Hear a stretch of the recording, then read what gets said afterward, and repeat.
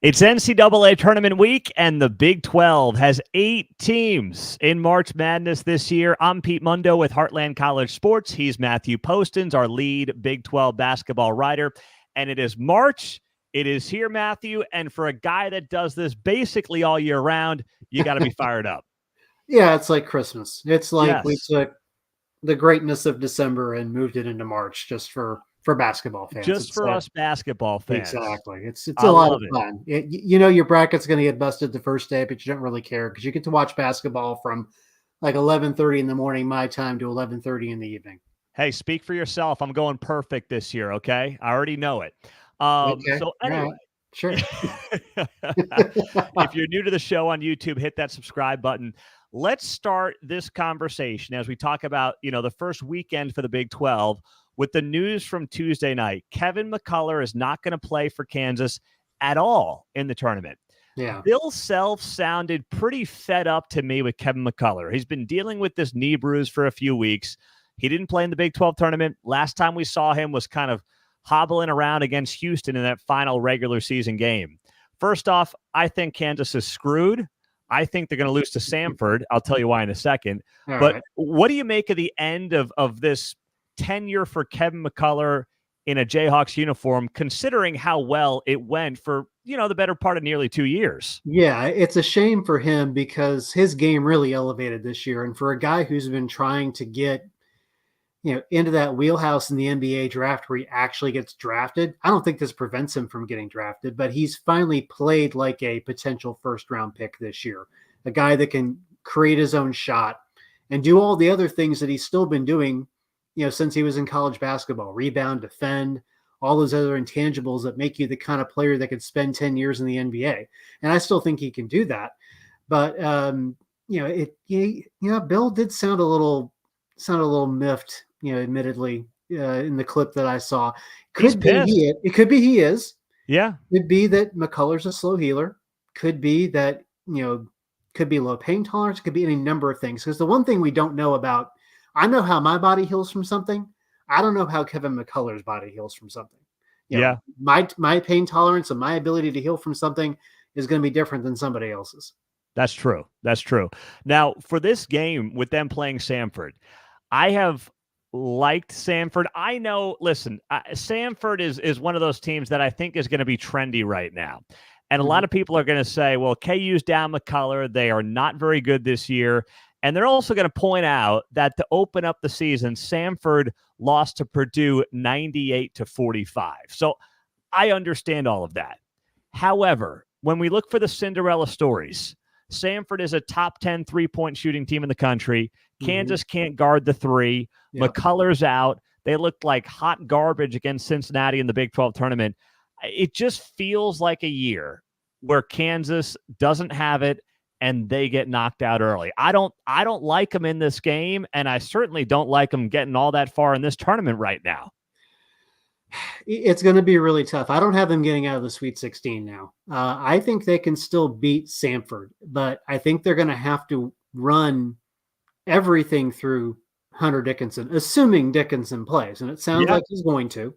But, I think they're going to have to do some different things with their offense. It's going to have to be more, post-centric, maybe some in and out, throw it into Hunter, let him find the open guy, almost kind of make Hunter your distributor in a sense. Up at the top of the key, help him move the ball around to Furphy and Harris and those other guys. But he's going to have like a 28-14 kind of game. He's going to have to carry them in that first round game and hope that Samford isn't as deadly from three as they have been lately. So I think it's a 50-50 game now. I still think Kansas can win, but they really have absolutely no margin for error now at all. If any one little thing is off on Thursday, they'll probably lose. Yeah, they will. Let's look at a very potential intriguing second round matchup. TCU as the 9 seed takes on Utah State in that first round. If they win that game and they're favored, they would likely take on Purdue, although, Purdue's crapped the bed before in the tournament. We see it on a fairly regular basis. Not to jump ahead, but we're looking at the Big 12 here. We're looking at our Big 12 teams. We're looking at it from a first weekend perspective. Yeah. Does TCU have the juice to get to a Sweet 16, or is that too tall of an ask? I nice. I don't think it's too tall of an ask. I'm actually been sitting here working on our TCU preview. This is an interesting game because TCU has a lot of stability in their program because Jamie's been there about 7 or 8 years. This is the first time they've ever been to 3 straight NCAA tournaments, and they're playing a team they haven't played since 1982. I just learned that. I just kind of assumed they play more often than that, but the last time they played was 1982. Utah State is 2-0 in the series. Doesn't really mean anything. It's just fun to think about. Danny Sprinkle came to Utah State from Montana State, where he took them to the tournament last year. That's where Raekwon Battle played his college ball before he went to West Virginia. Danny Sprinkle went to Utah State, didn't have a single returning point from his starting lineup, and built a team that nearly won the Mountain West Tournament championship. So Utah State's a really good basketball team, and they're built kind of like TCU in that their leading scorer is a forward, good rebounder, good defender, team leader. A lot of what they do runs through him. They've got quality guards that can defend well and shoot well, just like TCU does. This is a 50-50 game to me. I think TCU can win just because their collective group is older. They're more experienced. They've got transfers that have played in the tournament before. They have TCU players that have played in the tournament before. I think that makes a little bit more of a difference in this kind of a game where, 1 or 2 possessions are probably going to make the difference. Yeah. Now, when it comes to Purdue, if we end up with that second round matchup, I was doing some digging on these two teams. And if there is a reason to like TCU to potentially pull off the upset, despite the fact that, of course, Purdue is just not good lately in the NCAA tournament, it would be TCU ranking in the top 25 in the country in bench points. They have depth. We know that. They do. And I looked up Purdue. They don't have anybody outside of their starters. They just don't. And they rank 214th in bench points. So on a quick turnaround, if you get, some foul trouble on your side, why not? I mean, you're going to have to get some breaks. I don't love the matchup, but I'm just saying, I'm trying to find those kernels, Matthew, Well, you don't like a matchup with a 7'4" center. That's just, unless you've got a 7'4" center yourself, you're pretty much trying to figure out what you're going to do inside. And, I don't think that TCU has anybody inside that can really match up with them. Ernest Ude Jr. is probably the most likely guy, but he's not the best defender that they have on their team. They don't play a lot of zone. I might see them throw a little zone in there just to throw things off. The difference between this Purdue team from last year to this year is they have better scorers on the outside. So it's not all just dump the ball into Zach and let him work. They've got better shooters outside. So they're going to have the ability to spread TCU's defense out a little bit. That's why I think maybe running a little 2-3 zone, running a little 1-3-1 at them just to change the pace a little bit might help them out a little bit. And certainly getting Zach Edey in foul trouble is a good strategy. That means you got to drive the ball to the basket, and that means you have to not foul him yourself. Yes, and you're right. Purdue is top 5 3-point shooting team in the country this year, so it's not all through the big man, no doubt about it. All right, sticking in that regional, in the Midwest regional, Texas, they got a very generous seating in 7. I don't see him getting to the second weekend. It's just, they got the playing game against Virginia or Colorado. Then it's probably Tennessee who, likes to put the ball in the basket. They get it up and down the court. That's what they do. They're a high-scoring, high-powered offense. I don't see Texas handling that well. I think that ends up being a shootout, and I don't see Texas winning that shootout. What about you? I don't see them getting out of the first weekend either. And it's entirely possible they lose that first round game. I mean, first of all, you don't know who you're going to play until 2 days before because it's a first 4 game. Second of all, you're playing potentially Virginia, who is not a fast break team at all. They don't play transition. They play a lot of half court basketball. They play great defense. They really want to slow you down. And Texas wants to play at pace. That can wreak havoc with what you're trying to do from an offensive standpoint. Even if they do get past Virginia or Colorado State, Tennessee, these are two coaches who know each other very well. Rodney Terry was an assistant for Rick Barnes. People forget he's been at Texas a long time as an assistant under Barnes and then an assistant under Chris Beard. So not only does Rodney Terry know Rick Barnes's tendencies, Rick Barnes knows Rodney Terry's tendencies, and that combined with the athleticism that Tennessee seems to have throughout their lineup, I think gives them an edge. Texas has got a great guard in Max Asmus, and they've got a great forward in Dylan Dessou. How far they go really depends upon how much the rest of the team shows up. Yeah, that's what it's going to come down to for Texas. And it just, they've been fading down the stretch. They had that loss to K-State in the Big 12 tournament. I am selling Texas basketball stock right now, and they've been up and down all season anyway. That's true. That's true. Let's go to the South Regional, also the upper right side of the bracket for those of you who are visual listeners and viewers. That's the bracket that in the Big 12 has Houston and Texas Tech. Houston's the 1, Tech is the 6. I'll just say it. I think Houston gets to the Final Four. The defense obviously travels. I think the loss for Houston was great at the end of the Big 12 tournament. I know they're banged up. I know they're shorthanded, but I just think that they proved themselves in this gauntlet of a Big 12 schedule. Yeah. And I think that this bracket, frankly, is pretty favorable for them as well. Whether you look at first or second round games, or you look all the way to a potential Elite Eight against Marquette or Kentucky. I would like them in both of those as well. So I like Houston's path here.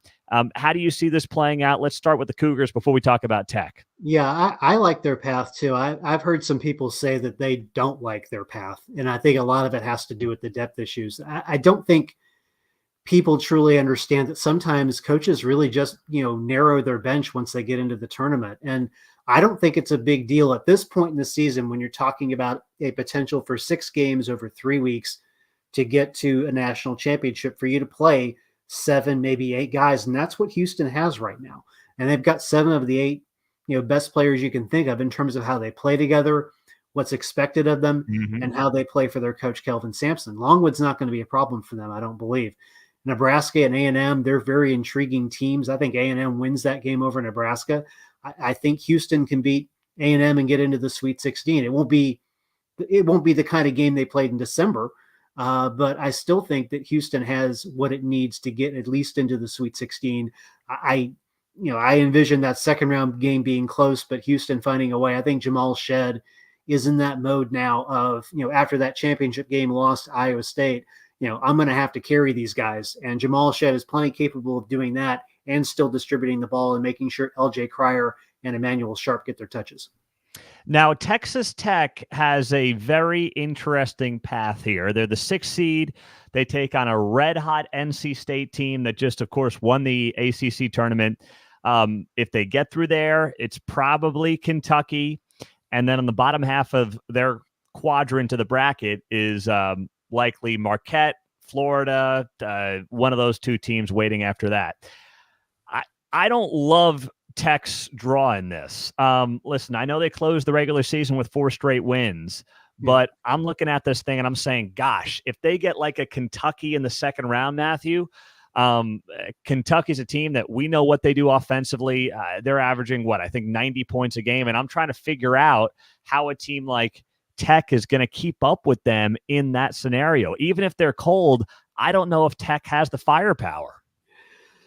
They might not have the overall firepower, but I think they're a sneaky good defensive team. I don't think they've been given enough credit for how they've played defense throughout the year. And I think for a team like Kentucky that's so athletic, if you can frustrate them with your defense and especially set a tone early, physically, that you're not going to give them easy shots, that you're not going to give them shots in the areas that they want, I think it can have kind of a cascading effect throughout a 40-minute game.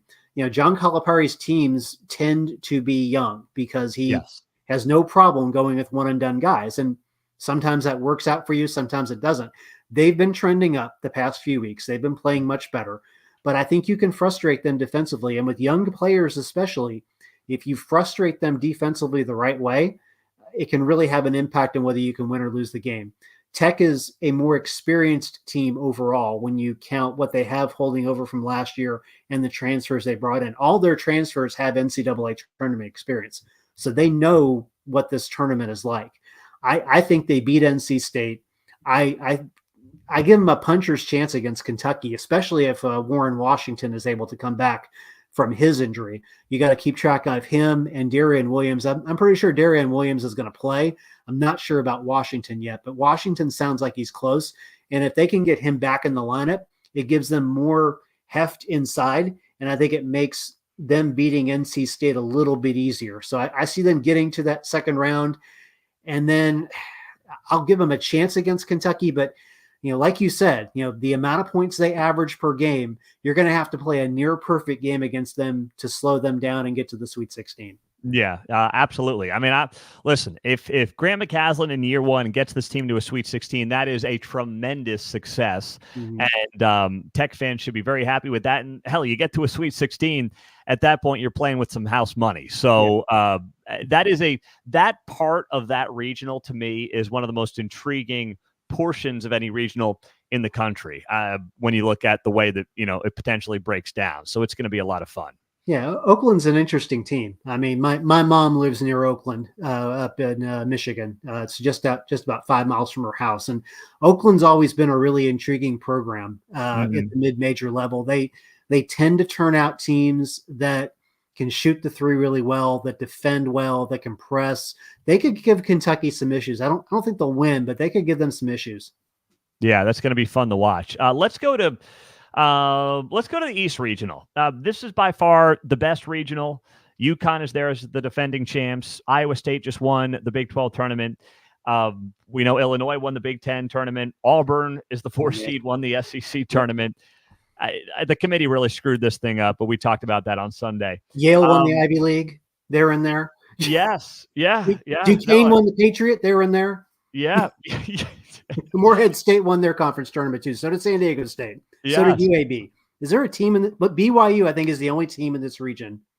Oh, well, no, BYU, FAU, but we got 7 or 8 tournament champions in here. It's crazy. It's unbelievable. There's 2 ways to look at this. Chaos ensues or chalk ensues.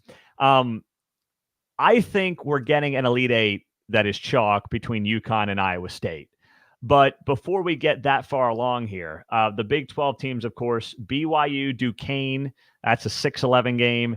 And then you got Iowa State, South Dakota State. Let's start with BYU, Duquesne. That's one of the first games on Thursday. I'm looking at this and I'm saying to myself, BYU, we know what they're good at. They shoot the 3 ball. Duquesne's got a pretty scrappy defense, but I'm taking BYU. But that second round matchup with Illinois, that worries me a little bit. It just, BYU, that kind of a team worries me because you're out of your element, you're not at home, and you rely a lot on the 3-point ball. And if you get cold, we see it every year in the Big 12. You get cold as a team that relies heavily on the 3 ball, you're out of this thing pretty quickly. Yeah, that's true. And, I'm kind of with you there. I see them beating Duquesne. And then with Illinois, it's can you slow down Terrence Shannon Jr., who used to play at Texas Tech? Yep. He is having a phenomenal year on the floor. And, Illinois has been that team out of the Big Ten along with Purdue that has had some trouble, getting out of the first weekend of the tournament. So, if BYU beats Duquesne, plays Illinois in the second round, 1, it comes down to how they shoot from the 3, absolutely. But 2, BYU doesn't get enough credit for how well it plays defense. They played defense at a strikingly good Big 12 level this year. If they can find ways to frustrate Terrence Shannon Jr., kind of take him out of the game, get him into foul trouble, make Illinois rely on some of its other, bench players in that sense, I think there's a real chance for them to get out of there and get to the Sweet 16. But I feel like that's a 50-50 game at that point between BYU and Illinois, should they both get that far. Yes. And, you mentioned BYU not getting enough credit. I was going through some numbers earlier, and BYU is top 25 in the country in rebounding margin. I mean, you wouldn't think that with how they play, but even when they're, bombs away, they do crash the boards and they do it pretty well. So And that's one reason they emphasize that, because they shoot the 3 so much, they're expecting long rebounds. So they're emphasizing not just Traore and Khalifa being close to the basket to rebound. They're emphasizing their other guards to go to the basket and go to certain areas for rebounds away from the basket. Now, Iowa State is going to be a very trendy pick. I mentioned earlier, I think they're getting to an Elite 8 against UConn. But I'm not going to lie.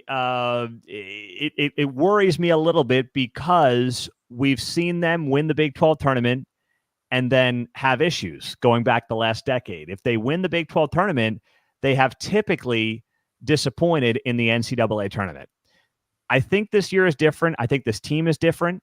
I heard a story anecdotally after the Big 12 tournament wrapped up on Saturday. They did not go back to the hotel. They did They not. just basically went home, and TJ said, "This is a business trip. We're out. We're going to Ames. We're prepping for next week." This is not like the end-all, be-all celebration. I like that. The defense obviously is incredible, and it's a defense that is far superior to anything they've had over these last, several years or so. So for that reason, I think they'll go far. But, I say that with a little bit of a grain of salt just because of what I've seen when they've had this success in Kansas City and what that typically has led to.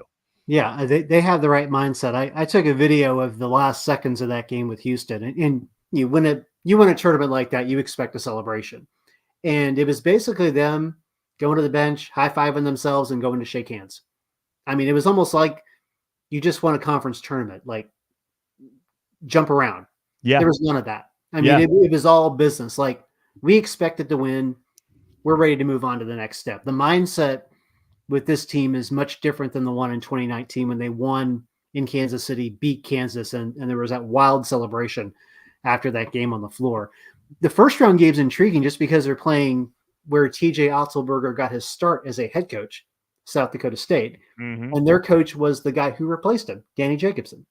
Yeah. And he's had almost as much success there as Otzelberger had in 3 seasons. So it's funny because it's kind of that Rodney Terry, Rick Barnes dynamic. They kind of know each other well enough to know each other's tendencies. That said, I think Iowa State has more talent. I think their mindset's in the right place. I think their defense is going to absolutely frustrate South Dakota State. And I don't think Milan Melissa. Oh, I don't want to mispronounce his name. I know. Every time I go to screw it up. Milan Momcilovic. There you go. I really think he's heating up from the 3-point line. He's done it the last 2 games in the Big 12 tournament. I think that, hearing him talk the other week said, if we're going to have a big tournament run, I have to have a big tournament. Like, he's in the mindset. And this is a true freshman thinking like this. So TJ's got everybody moving in the right direction.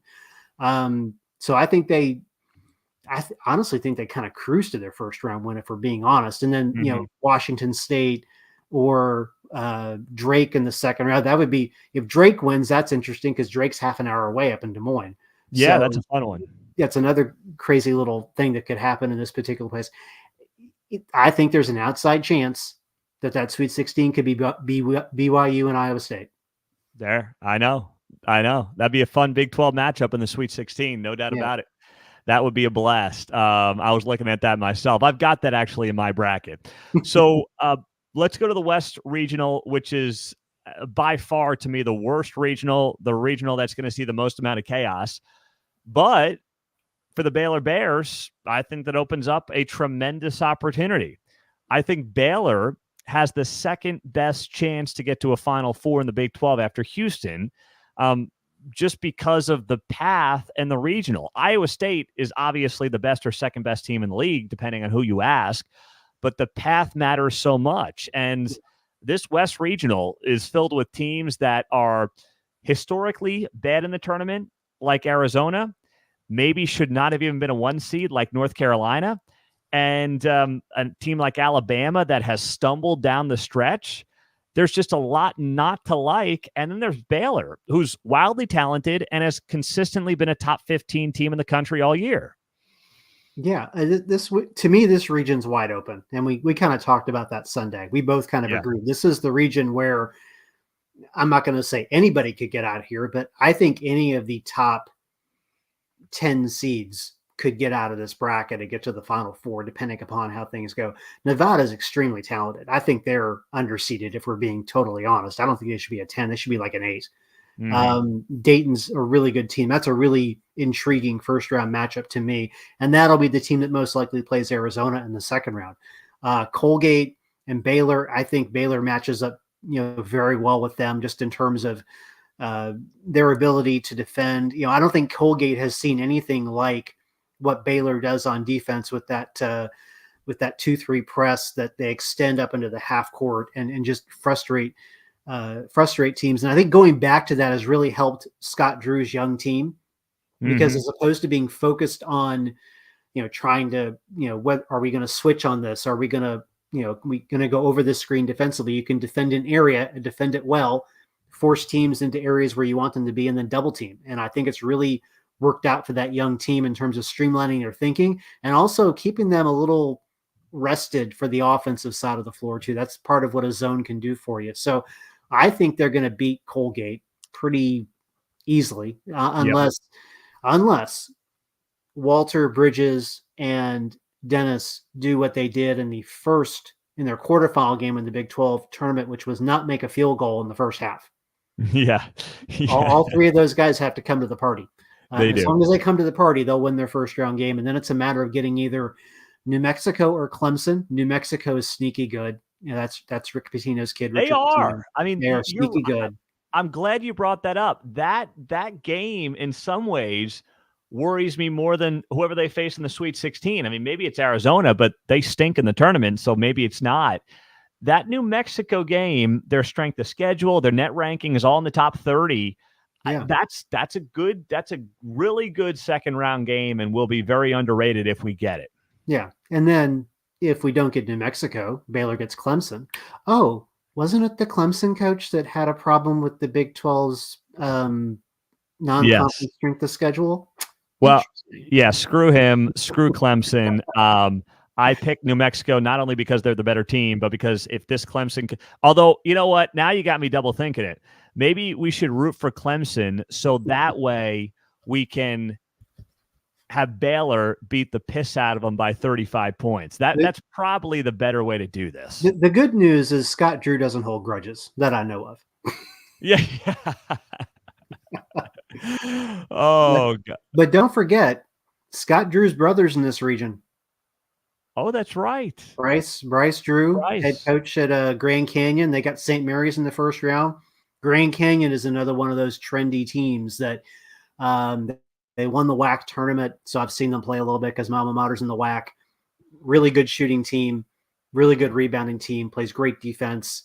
They've got great aim. If you saw the end of the title game with UT UT Arlington threw the ball at the Grand Canyon kid. Threw the ball. So they can take a hit. They can take a hit literally from a basketball. Exactly. Like the end of that game. Yeah. So, Grand Canyon could do some damage in the top half of that bracket. Yeah, no doubt. So that covers all the Big 12 teams and what we're looking at as the NCAA tournament gets started. Do you have your Final Four yet, Matthew? I don't, actually. I wait until Wednesday night to do my bracket just because I want to know who's won the 10-11 game. I think it's there's a 10 game Wednesday night. What, in case a 10 seed wins? In case you pick a 10 seed in the Final Four? Like UCLA a few years ago? Okay, fine. Enough. Okay, so who's the 10 seed you're eyeing for that Final Four run? If there's a 10 seed that gets deep in this tournament, I think it might be Colorado State. I just think they're kind of like New Mexico. They're really intriguing. I don't think a lot of people know a lot about them. They're a really good defensive team. They can shoot the three. They've got height. They can rebound. They do some really interesting things offensively. They could, if they get out of that game with Virginia, that would put them in Texas's path. And I could see them beating Texas, honestly, in that kind of scenario. So, Colorado State to me is the team out of those 4 10 seeds that could do the most damage. All right. I'm going to give you my Final Four and championship and just let you react. All right. You can tell me you love it. You can tell me it's the worst thing ever. I might fire you if you do that, but you can tell me whatever you want because we've known each other now for so long. My Final Four is Houston out of the South. In the Midwest, I'm taking Creighton as the 3 seed. They've been sneaky good, underrated out of the Big East. In the West, might have caught on. I'm going with Baylor as the 3 seed. And then out of the East, it was a coin flip on UConn and Iowa State, but I'm going with UConn. And then So you in the didn't want to go with the three Big 12 teams in the Final Four and try to No, emulate the and 1985 tournament.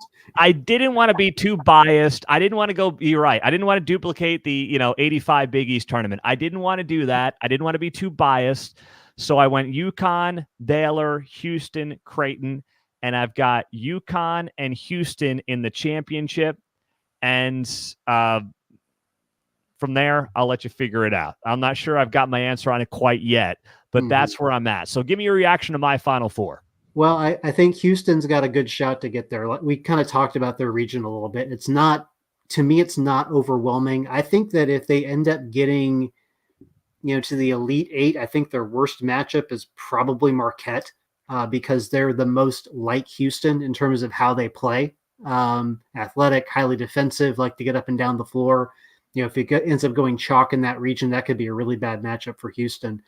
Creighton, I saw them play a couple years ago when Kansas won the entire thing. They were Kansas's, I want to say they were their second round opponent. And I mean, a lot of those guys are still there. They've always got height. They're always really good defensively. They're not going to score a ton of points on you, but they do everything well. And they're not a team that's going to get flustered in a tournament like this. So I could see them getting pretty deep.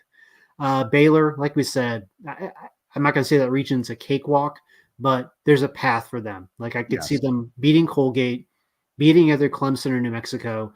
And then you're getting either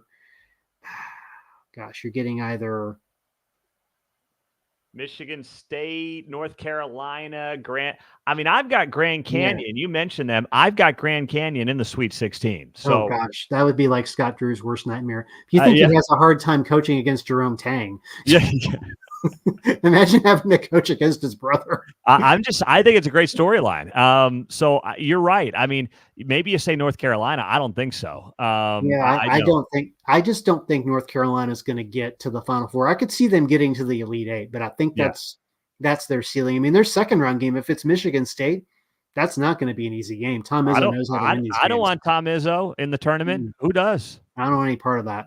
No. And UConn,